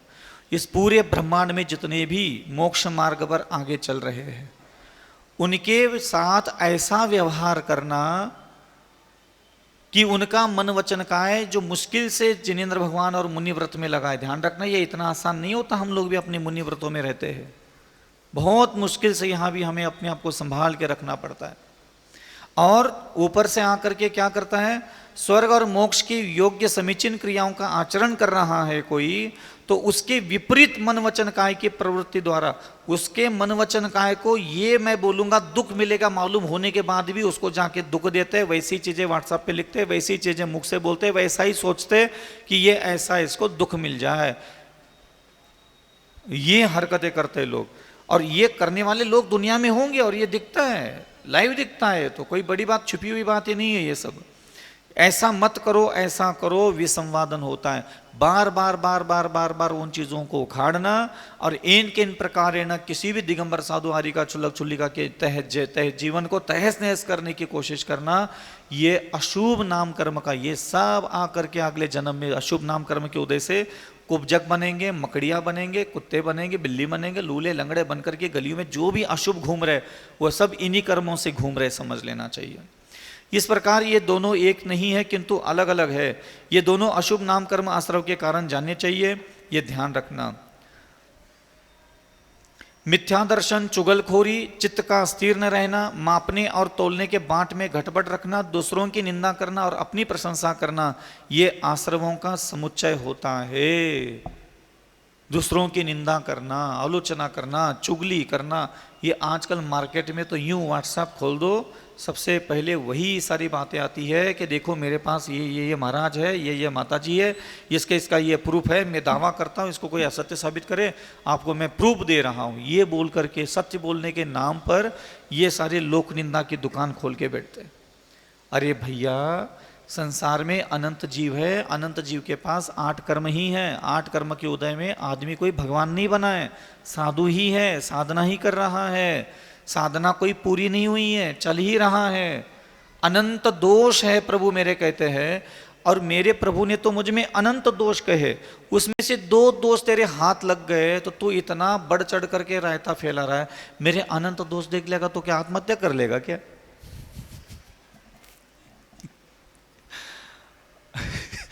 हाँ, मैं चौलेश्वर में था, उस समय मैं बहुत कम बोलता था, बोलता ही नहीं था, 6-6 महीने तक कभी 1-2 लाइन बोल दे मेरे इंसान से बोलो तो ठीक होता था।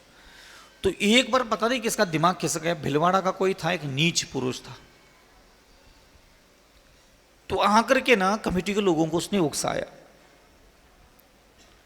ये महाराज ऐसा, महाराज ऐसा, महाराज ऐसा, महाराज ऐसा। अब वो क्या है, कमेटी के लोगों को कोई लेना देना नहीं था, मेरा कोई लेना देना नहीं था, मैं अपना किसी भी जंगल में, खाई में, कोठी में जाकर के अपना दिन भर भक्ति पाठ करता रहता था, आकर के शाम को कमरे में बैठा रहता था। उसको पता नहीं किस बात की बत्ती लगी थी, और बाद में पता चला कि किसी और साधु ने उसके कान भरे थे अच्छे खासे तगड़े, कि उसको भगा वहां से ऐसा वैसा करके। कुछ भी होता है आज कलयुग में, हम तो सब भुगत चुके। तो हमारे सामने वो 3-4 लोग कमेटी के लोग आ गए दूसरे तीसरे दिन। अब वो आए तो बैठे रहे महाराज, और एक रोने लगा, अब बोला कुछ है ही नहीं, बैठे, और एक रोने लगा। ये महाराज वो वकील है, कोई भिलवाड़ा का निचड़ आदमी था, वकील ही है, इतना तो पता, नाम पता कर लूंगा अभी दोपहर तक। बोले ऐसा ऐसा ऐसा बोल के चला गया। तो मुझे थोड़ा हंसी आ गई। मैंने कहा एक वकील को बात बता कि उसने 2-4 गलतियां देख ली मेरी, इतना बवाल काटा है, मेरे गुरु ने उधर मेरे अंदर करोड़ों दोष है ऐसे बता दिया था, तो वो मेरे सारे दोष देख लेगा, हिंसा के, अहिंसा के, सत्य के, अचौर्य के, ब्रह्मचर्य के, अपरिग्रह के, क्षमा दया के, सारे मेरे अंदर दुर्गुण और भी भरे पड़े, वो सब देख ले तो क्या कर लेगा, पत पूछ लो एक बार निपटाई देते अपन दोनों मामला अपना, या तो वो मर जाए फिर हम मर जाते। तो करोगे क्या है इसका? है मेरे 2-4 दोष देख करके तुम्हें इतना इतना बवाल काटने लगे? मेरे अनंत दोष अगर मैं तेरे को बताने लग जाऊं तो क्या कर लेगा फिर मेरे को? मैं यहां बैठ करके बोलता हूं, अभी भी ये टांग फैला के बैठा है, मुझे गुस्सा आ रहा है, अब क्या कर लोगे तुम लोग बताओ, मुझे गुस्सा आ रहा है, दोष है कि नहीं ये मुनिव्रत में है? हाँ है, मैंने बता दिया, अब क्या कर लोगे बता? कर क्या लोगे? दोष दोष दोष दोष दोष पूछ करके, अरे तुम लोगों को मालूम नहीं, कोई सही तरीके से जानकारी नहीं देता। हम कौन है? संसारी तो जीव है ना। क्या भरा पड़ा है हमारे अंदर? क्षमा भरी पड़ी है क्या? क्षमा का काम पूरा हो गया क्या मेरा? मैं क्षमा गुण प्राप्त करने के लिए मुनि बना हूं कि क्षमा गुण प्राप्त हुआ इसलिए मुनि बना हूं? पहले ये बताओ। मेरे पास अखंड ब्रह्मचर्य तो प्राप्त हुआ इसलिए मुनि बन गया कि अखंड ब्रह्मचर्य तो प्राप्त करने के लिए मुनि बनाओ? ये पहले बताओ। तो जब मैं आधा खाना खाया हूं, आधा खाना थाली में, तो थाली में तो रोटी दिखेगी ना। क्या दोष दोष दोष होता है? क्या उत्कृष्टचर्य? ये सारे कीड़े इसलिए बिलबिलाते हैं, एक तो जबरदस्ती गृहस्थों की लगाई आग है। कोई दिगंबर साधु बोल के दिखाए मैं निर्दोष चर्या का धारक हूं, बस एक लाइन सुनना चाहता हूं। दुनिया भर के मूलाचार दूसरों को पढ़ाना बहुत आसान है, आचार्य बनकर के, उपाध्याय बनकर के, साधु बनकर के, क्या करना चाहिए क्या नहीं करना चाहिए ज्ञान बांटना बहुत आसान है। बोल के देख ले खुद एक बार, समझ में आ रहा है ना? उपदेश अलग होता है और खुद का वैसा होना अलग होता है। जो उपदेश दे रहा है वो वैसा है, ये खुद बोलते क्यों नहीं हो? फिर चर्या शिरोमणि और फलाना शिरोमणि, आध्यात्म सरोवर के राजा, तुम लोग लगाते हो किसी साधु के आगे पीछे ये नाम, उसकी सजा भुगतते दूसरे साधु। चर्या होगा तो इनकी जैसी होना, चतुर्थ काल की चर्या। तुम्हारा बाप पैदा हुआ था क्या रे चतुर्थ काल में? तू देख के आया चतुर्थ काल में? जब माँ के पेट से बाहर आता, खुद का माँ का थोबड़ा तो तुझे पता नहीं, दूसरों ने बताया तेरी माँ है तुझे। तूने पहचाना ये औरत तेरी माँ है? तूने पहचाना ये तेरा बलकम्बर तेरा बाप है? तूने पहचाना? तूने जाना? तेरी माँ की पहचान तो बगल वाले ने करवाई, तेरे बाप की पहचान तो बगल वाले ने करवाई। तू किसी साधु को देख करके चतुर्थ काल के बराबर है। कैसे होता है चतुर्थ काल के बराबर? क्या नहीं होता था चतुर्थ काल में? क्या कुमारी की लड़की के साथ 12 साल तक नहीं बैठा था चतुर्थ काल में? वारिशन मुनि महाराज अपनी 12 साल तक पत्नी को याद नहीं करते चतुर्थ काल में? चतुर्थ काल होता क्या है? ये बड़ी बड़ी बातें बोलने के चक्कर में तुमने हकीकत जानने की कोशिश नहीं की, बस बड़ी की बातें बोल दी। विद्यासागर मतलब चतुर्थ काल के चर्या। हाँ, चतुर्थ काल के चर्या है तो यह पंचम काल में काहे को जन्म लिए थे? फिर हकीकत भी तो स्वीकार करो। तुम्हारे इस बड़प्पन बड़बोले के कारण दूसरे सारी चीजें समझ नहीं पाते। तुम जो है उसको भी तो समझो। महान व्यक्ति को महान कहने में कभी संगंजूस नहीं करना चाहिए, लेकिन महान बनने की प्रोसेस में जो है तुम उसको कहोगे ये झूठा है। ये झूठा कैसे हो गया? कोई गन्ना है, तुमने पेल रहे हो, आधा गन्ना पिल गया, उसका रस नीचे निकल गया, और आधा गन्ना जो पिलना बाकी है उसमें क्या है? वो तो अभी पिलना बाकी ही है। तो ये हकीकत से दूर रहते हैं हम लोग। ध्यान रखना, इसलिए साधु को सिर्फ दया से देखने के लिए कहा भगवान ने। दया के अलावा तुम किसी भी तरीके से साधु को देखोगे, एक दिन तुम साधु के ही निंदक बनोगे। आज तुम आचार्य विद्यासागर जी के, सुधा सागर महाराज जी के, प्रमाण सागर जी के, विशुद्ध सागर जी के निंदक क्यों है समाज में? क्योंकि ये निंदक इसलिए है क्योंकि इनको इनके ऊपर दया नहीं आती। और आगम ने कभी किसी जगह कोई भी मुझे ला करके दिखा दे, गुरु बनाने की परंपरा हमारे यहां है ही नहीं, है ही नहीं हमारे यहां। हमारे यहां तो है कि भैया घर गृहस्थी में हो, जो भी दिगंबर साधु आ जाए दया करो। एक गृहस्थ को कहा गया कि एक मुनि महाराज नदी के किनारे मछली पकड़ रहे, और बगल में आरिका गर्भवती है, और कौन? हाँ, तो वो राजा चला जाता है नदी के किनारे, मछली पकड़ने वाले उस मुनि महाराज को बगल में लेता है और घर में लाके रखता है।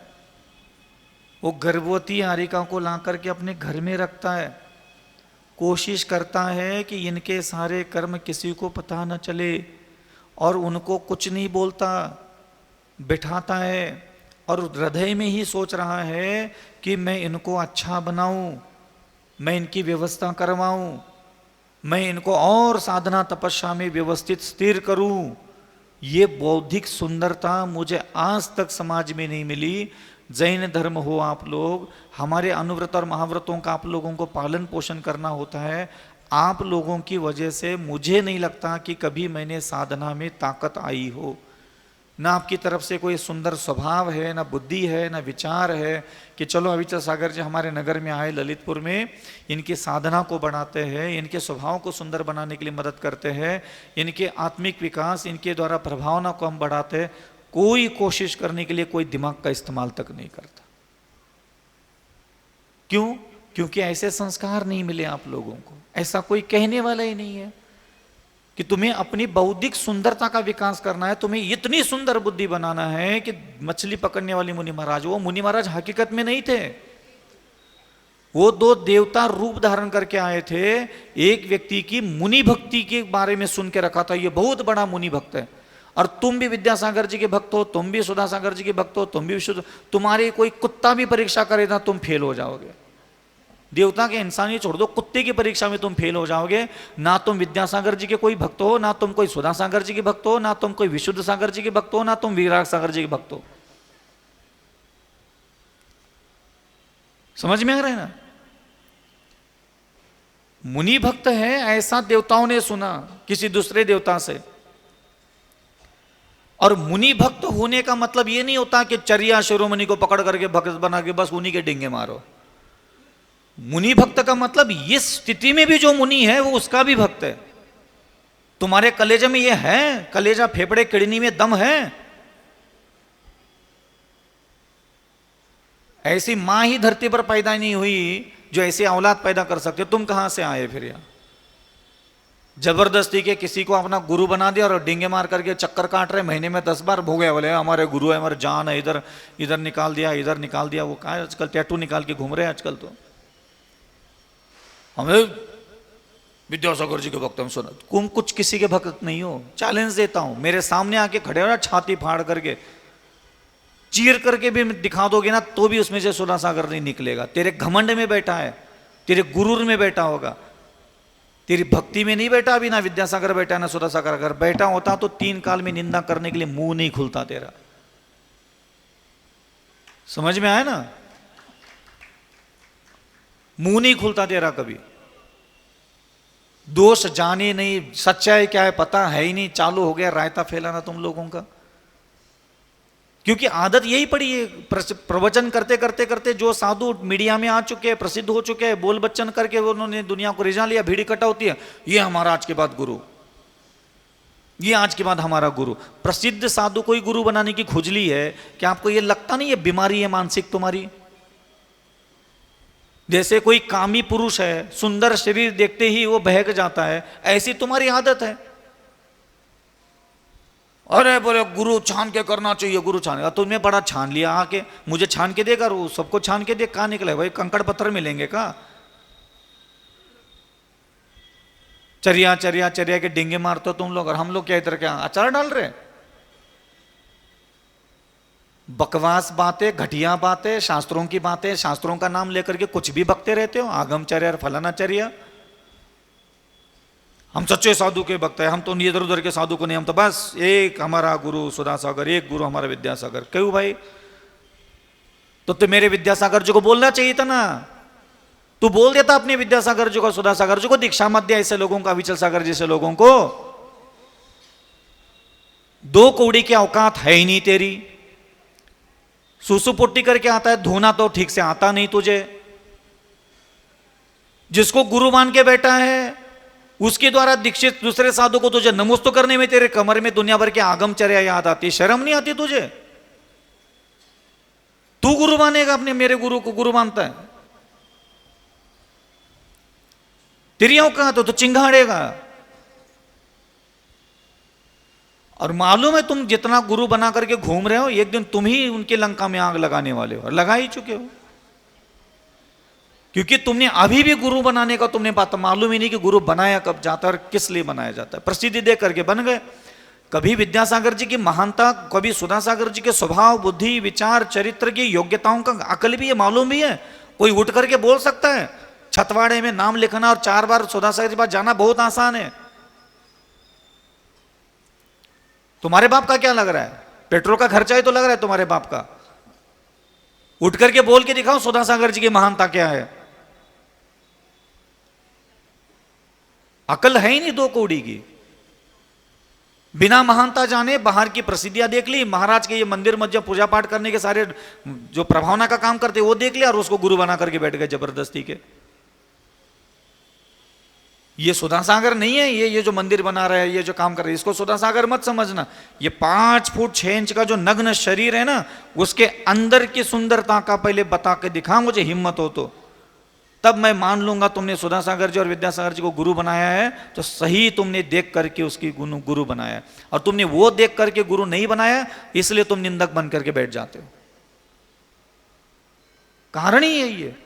उनके हृदय का वात्सल्य देख लो, करुणा देख लो, परोपकार देख लो, विनय देख लो, नम्रता देख लो, इंद्रिय विजेता देख लो, निर्दोष जीवन पर्यंत अखंड ब्रह्मचर्य में बिना दोष लगाए। अरे सोच सकते हो कि भी 6 महीने भी, 3 महीने भी, 15 दिन भी ब्रह्मचर्य के साथ गुजारना है? मजाक लगता है। हम जैसे जवान लोग उन लोगों को देख करके अपनी साधना कर रहे, धीरे धीरे धीरे धीरे घुटने, धीरे धीरे अपने चलने की कोशिश कर रहे हैं उन संतों को देख करके। ये कोई सुधा सागर विद्यासागर जी की महफिल, ये उनके कोई पंडाल, ये उनका कोई मंदिर, दुनिया भर के राग रोगन देख करके हम दिगंबर नहीं बने, पागल नहीं है हम लोग। कि उनके परवाना ज्यादा होती, भीड़ ज्यादा होती, पैसा ज्यादा इकट्ठा करता है, भाड़ में जा चूल्हे में फूंक देता है मेरा गुरु। समझ में आ रहा है ना? आज कुबेर भी आकर के उसके सामने रतन फेंक के चले जाए, तो मेरा गुरु मेरा सुधा सागर विद्यासागर चूल्हे में फूंक देगा सारे रतन भल बगैया से। तो ये गुणवत्ता नहीं देखना छोड़ करके तुम लोगों ने बाहर की चीजें देख करके अगर गुरु बना दी है ना, तो तुम लोग पक्का निंदक बनोगे। यही सबसे बड़ी बात मैं आपको बोलना चाह रहा हूं। किसी को भी गुरु तब बनाओ जब उसकी बौद्धिक सुंदरता तुम्हें पता हो, उसकी हृदय की सुंदरता तुम्हें पता हो, उसकी वाणी की सुंदरता तुम्हें पता हो, उसके विनय की सुंदरता, उसकी क्षमा की सुंदरता, दया की सुंदरता। तुम बता सकते हो अपने विद्यासागर जी के गुण और स्वभाव क्या थी? विद्यासागर महाराज जी को क्यों संसार के सारे लोग भगवान मानते थे? तुम भी भगवान मानते हो, तुम क्या कम हो? तुम बता के दिखाओ एक बार भगवान क्यों थे विद्यासागर और मैं क्यों भगवान नहीं हूं। इसलिए मैं बार बार कहता हूं, सिर्फ गुरुजनों के, साधु संतों के बाहरी पुण्य के फल को देख करके गुरु मत बनाना। उन गुरुओं में जो विशेष उपलब्धि, उनके स्वयं का सार गर्भ, उनका व्यक्तित्व होता है, उसका भी आपको ज्ञान होना चाहिए। अगर वो ज्ञान आपके पास नहीं है, व्हाट्सएप के मैसेज पढ़ करके आपको भी ख्याल आ जाएंगे मुझे अब इसको गुरु नहीं मानना है। मेरे क्यों नहीं होती इच्छा? क्योंकि मैं जानता हूं उनके चेतना में क्या पनपता है, उनकी बुद्धि में क्या होता है, उनके चरित्र में क्या है, मैं जानता हूं। हमारी आंखें क्या फूट गई कि भगवान ने अगर तीसरी आंख अगर हमारे खोल के दी है तो ऐसे ही नहीं दी है ना। किसी संयमी का संयम का धैर्य की परीक्षा करना, बरसों बरसों तक कुछ आता पता नहीं क्या है क्या नहीं है, क्यों है क्या है, क्या चलता रहता है। और ये कोई आज की घटना नहीं है, ये अनंत काल से ऐसा ही होता आ रहा है। ये ऐसा ही होता आ रहा है। जिनको गलत सोचना होता है वो गलत ही सोचते हैं। वो जो 700 मुनियों पर उपसर्ग किए थे जो मंत्री, वो फोकट में नहीं किए थे। उन्होंने भी कई मुनियों को अनेक प्रकार की स्थिति में देखा होगा, दोष करते देखा होगा, अपराध करते देखा होगा, तो उनके मन में आया होगा अरे अरे तो जैन साधु ऐसे ही होते। और वो दिमाग में वही भरा पड़ा था गंदगी। वो अच्छे साधु के सामने जाकर के भी उसने वही बोल दिया कि सांड होते हैं, बैल होते हैं, मूर्ख होते हैं, इनका कोई अकल नहीं होती। तो देखा किसी और को, बका किसी और के सामने, भुगत ली उसकी सजा उन्होंने। तो ऐसे आप लोग गलतियां मत किया करो, अपने स्वभाव को इतना बुरा मत बनाओ। समझ में आ रहा है कुछ कह रहा हूं? नाम कर्म, अशुभ नाम कर्म, योग वक्रता और विसंवाद, इसलिए कहा। अब शुभ नाम कर्म क्या होता है ये आपको कल बता दिए जाएंगे। और थोड़ा सा हमारा ऐसा भी विचार है, षोडश कर्ण भावना का प्रकरण भी लेना चाहिए। आप लोगों को क्या है, बुरे विचार मत करो, बुरे विचार मत करो ना। हमारे जैसे 10,000 प्रवचनकार आके बोल के चले जाते हैं, लेकिन दिक्कत यह है कि आपको अच्छा सोचना होता क्या ये पता ही नहीं है। तो हम चाहते हैं कि अभी षोडश कर्ण भावनाओं का प्रकरण मैंने लिया नहीं है, तो सोचना अच्छा क्या होता है, विचार करना अच्छा क्या होता है, ये षोडश कर्ण भावना के अलावा इस पूरे ब्रह्मांड में कहीं भी नहीं है। तो इसके प्रकरण अपन कल या परसों से चालू कर देते हैं, तब जा कर के थोड़ा बुद्धि में तेल लौन लकड़ी पहुंच जाएगी, थोड़ा बुद्धि ठीक से काम करने लग जाएगी। तो इसलिए ध्यान रखना, सिर्फ किसी की प्रसिद्धि, सिर्फ किसी का प्रवचन सुन करके उसको गुरु मत बनाओ। थोड़ा सा आंखें दी है भगवान ने, उसका हृदय, उसकी बुद्धि, उसके विचार, उसके निर्णय, उसके रहन सहन, आसपास के लोग जो रहते हैं वो जो स्टेटमेंट देते हैं उसको भी थोड़ा सुन लिया करो। सब दिया है भगवान ने तुझे, ध्यान रखना। इसलिए इतने महान महान संत हजारों वर्षों के बाद हमें मिले हैं। सिर्फ भक्ति करो, सिर्फ करुणा करो, सिर्फ पर दया करो उन पे, और हमें उनकी कोई ज़्यादा पंचायत लगाने की ज़रूरत नहीं है। वो है तो हम है, हमारा होना नहीं होना बराबर है अगर वो नहीं है तो। इसलिए क्या चीज़ मिटाना है तो खुद को मिटाओ, मिटा सकते हो तो। हमसे बड़े, हमसे बुजुर्ग, हमसे रिद्धि सिद्धि संपन्न, अनेक प्रकार के गुण और धैर्य साहस से युक्त तो कोई सन्यासी बैठा है, बार बार बार बार बार परीक्षा नहीं ली जाती। एक बार गुरु ने कह दिया कि नहीं है मतलब नहीं है, वहां आगे सब दरवाजे बंद। तुम क्या डोल पिट रहे रोज उठ करके। वो कुंभकर्ण को उठा देते ना, पहले हम देखते थे वो महाभारत में। वो रावण को जब किसी को निपटाना होता था, तो रोज सवेरे सवेरे वो ढोल नगाड़े गाजे बाजे हाथी खाना पीना, बगल जाकर के उसके कान के बगल में भंपू बजाना। हम बचपन में देखते थे महाभारत, सीढ़ी बीड़ी लगा करके पेट पे चढ़ रहे, पेट पे कूद रहे, तो वो याद आती है हमें सारे दृश्य। जब तुम अपने आसपास के महान संतों के साथ, वारिकाओं के छुल्लकों के साथ करते हो, तो हमें वही दृश्य याद आता है कि तुम बार बार बार वो शांति से अपने वितराग भाव में बैठे हैं और तुम हो कि उनको उकसा उकसा करके उनको बोलना के लिए और उठने के लिए मजबूर करते हो। इसलिए ध्यान रखना ऐसी चीज़ें ना किए। बहुत अच्छा अपना जैन शासन है, बहुत दिव्य साधक है। ये आंखें बंद करने के बाद हम नमस्कार किसको करेंगे अगर ये व्हाट्सएप पे पढ़ते रहेंगे, ऐसी बात है। इसलिए ध्यान रखना, महापुरुषों के साथ हमारा व्यवहार, हमारी बुद्धि, हमारा अंतःकरण हमेशा साफ सुथरा निर्मल होना चाहिए। ये इससे बढ़कर और कोई उपलब्धि नहीं है संसार में। और करोगे क्या, जाओगे कहाँ?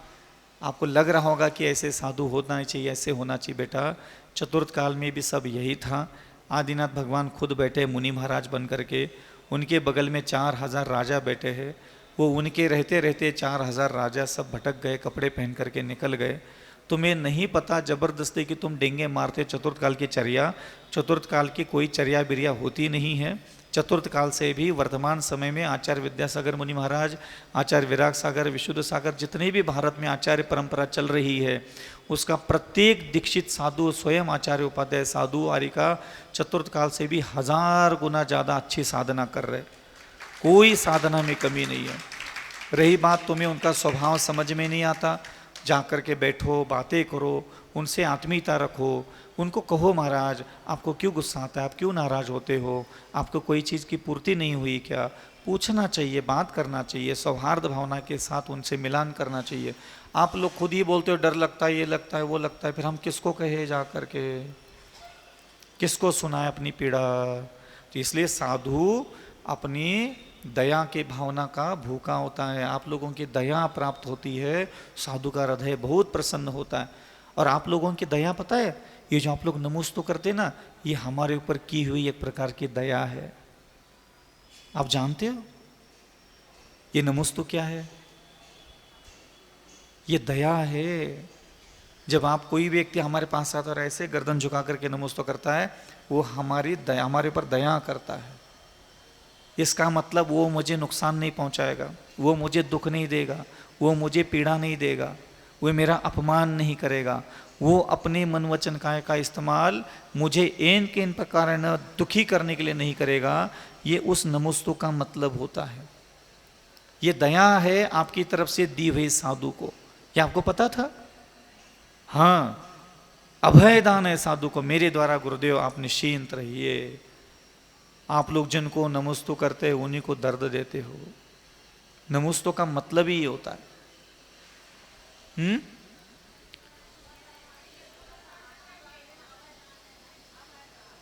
आशीर्वाद देना।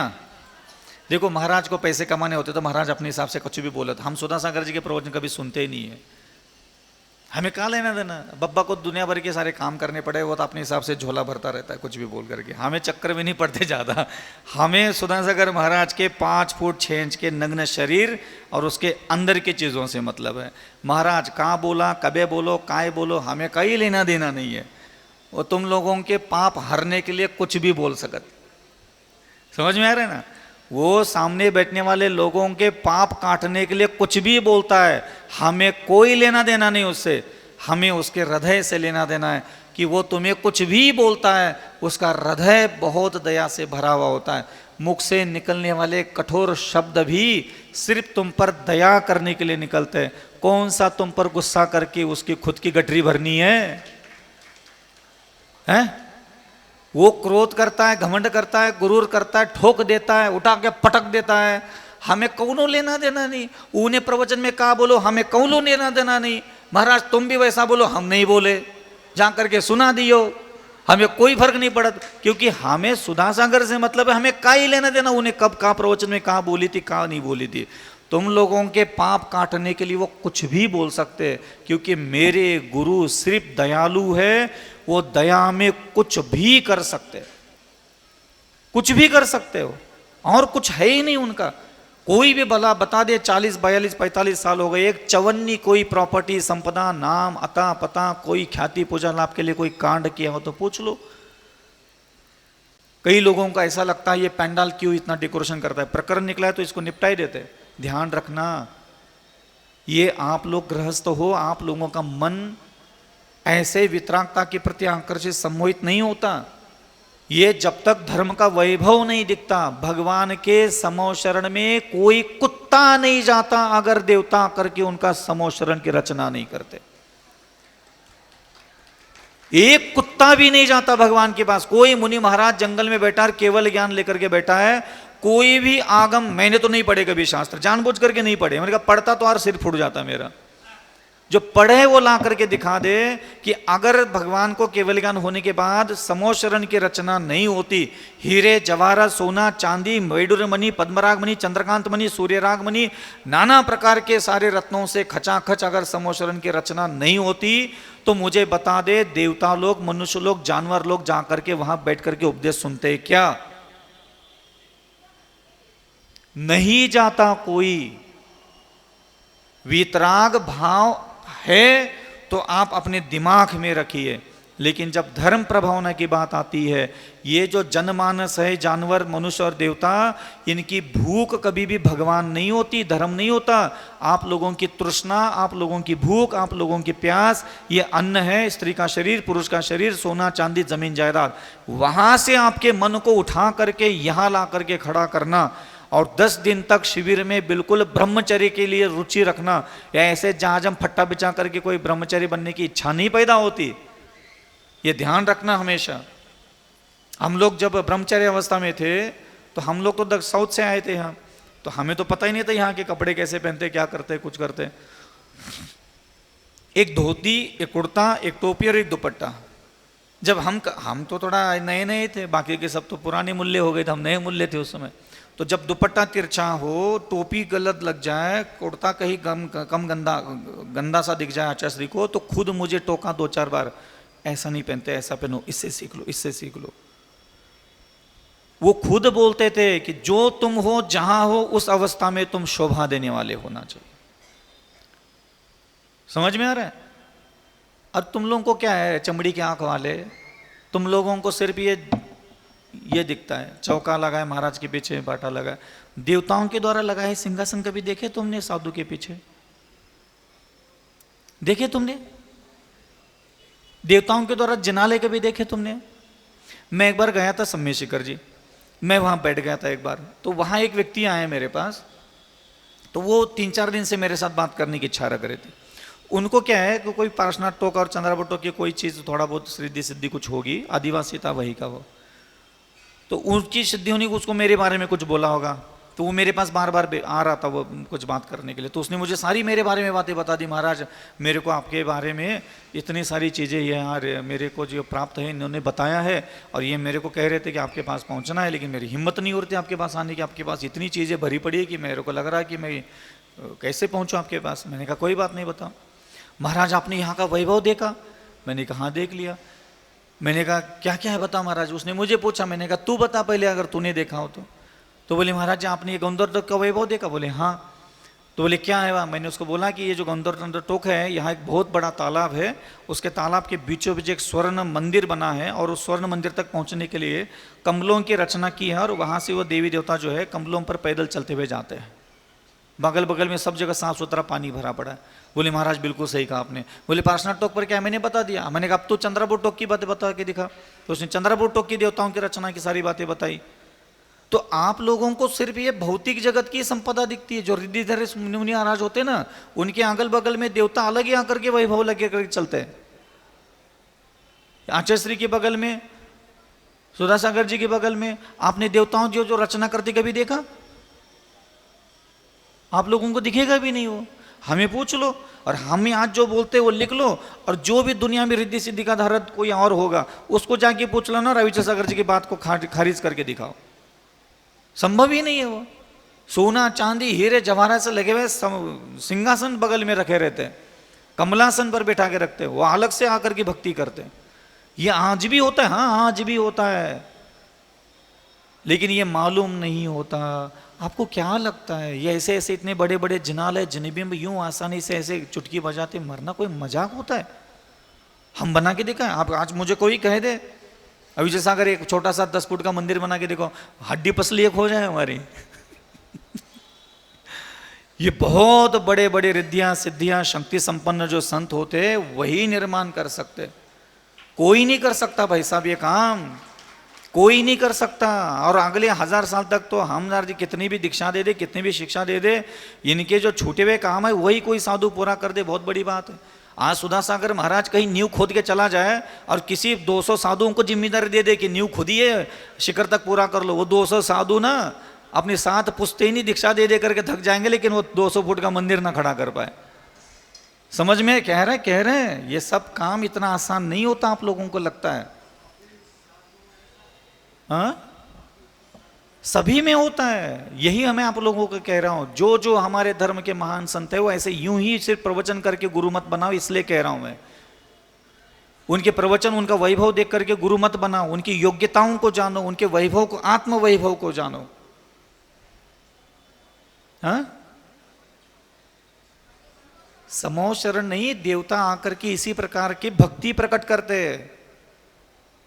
देवताओं का अब चांडाल के बगल में बैठ के देवताओं ने क्या किया था बताओ? सीता माता के जब अग्नि में ढकेल दिया गया था तब देवताओं ने आकर के कमलासन पर बिठा करके पूजा की थी कि नहीं की? देवताओं का यह कर्तव्य होता है, जो जो महान सच्चे आत्माएं होती है उनका वैभव वो खुद पैदा करते हैं। आप लोगों को नहीं दिखता तो हम क्या कर सकते हैं इसको?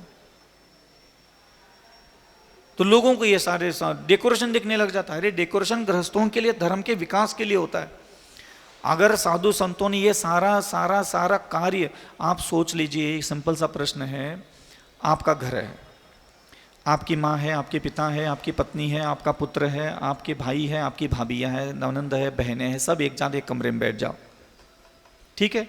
और आप उठ के खड़े हो जाओ और ये देख लेना, आपकी वजह से आपके घर का कोई भी व्यक्ति स्वर्ग जाने के लायक बन सकता है क्या कभी?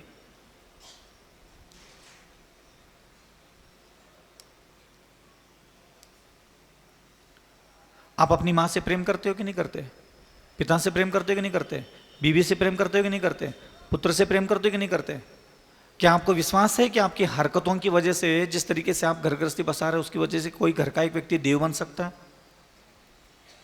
आपके 7 पुस्तों को, पिछले भी, अभी भी और आगे भी 200 पुस्तों को, अगर स्वर्ग और देवता बनाने का अगर निमित्त कोई है तो आचार्य विद्यासागर महाराज और मुनि पुंगव सुधा सागर महाराज। समझ में आ रहा है? ये जो तुम नाक नकटे नुकटे लेकर के गली में दुनिया भर की बातें लेके घूम रहे हो, ये बहुत आसान होता है घूमना। जब भी तुम्हें देव बनने का ख्याल आ जाए, देव लोक में जाने की इच्छा हो जाए, मैं देखता हूं तो अपनी थोबड़ा लुगाई का कितना याद करता है। मैं देखूंगा तुम्हें अपनी पत्नी का थोबड़ा कितना याद करने की इच्छा होती है। जब भी तुम्हें अपने किए हुए भोगे हुए पाप काटने की इच्छा हो जाए, चेहरा कहां से लाओगे? लाओगे कहां से चेहरा? गुरु चाहिए ना, कहां से गुरु? निंदक बना दिए सारे गुरुओं को तुमने। तो तुम्हारी औकात नहीं है कि तुम तुम्हारे घर को पाल सकते हो, खाना खिला सकते हो, कपड़ा दे सकते हो, सोना चांदी मकान जमीन जायदाद प्रॉपर्टी दे सकते हो अपने घर में पालने वाले प्रत्येक जानवर को, इंसान को। उनको देव नहीं बना सकते, स्वर्ग नहीं बेच सकते तुम अपने भरोसे, अपने पैसे, अपनी प्रॉपर्टी से। तुम्हें इन्हीं का दिगंबर मुद्रा काम आएगी, इन्हीं की भक्ति, इन्हीं का विनय करके तुम्हारी माँ, तुम्हारा बाप, तुम्हारे आने वाली पीढ़ियां यही जिनालय देख करके थोड़ा स्वर्ग जाए तो जाए, नहीं तो ना तुमने कोई ऐसी चीज अपने ना स्वभाव में है, ना तुम्हारे घर में है। तुम्हारी लुगाई ना तुम्हारा थोबड़ा देख करके स्वर्ग जाने के लायक बचेगी, ना तुम अपनी लुगाई को थोबड़ा देख करके स्वर्ग जाने लायक बचोगे। कितना डांटा उतना कम है तुम लोगों को। ललितपुर के लोगों को तो और ऐसा लगता है 3rd डिग्री रिमांड ले लें एक बार। इसलिए ध्यान रखना, चारों दिशाओं में सिर्फ एक बात होना चाहिए, आचार्य विद्यासागर मुनि महाराज की, आज निरापक श्रमण मुनि पुंगव सुधा सागर जी मुनि महाराज की जय। परम पूज्य मुनि श्री 108 अविचल सागर जी महाराज की। क्या है आज? सुनाई नहीं दे रहा है। आज क्या शरद पूर्णिमा है?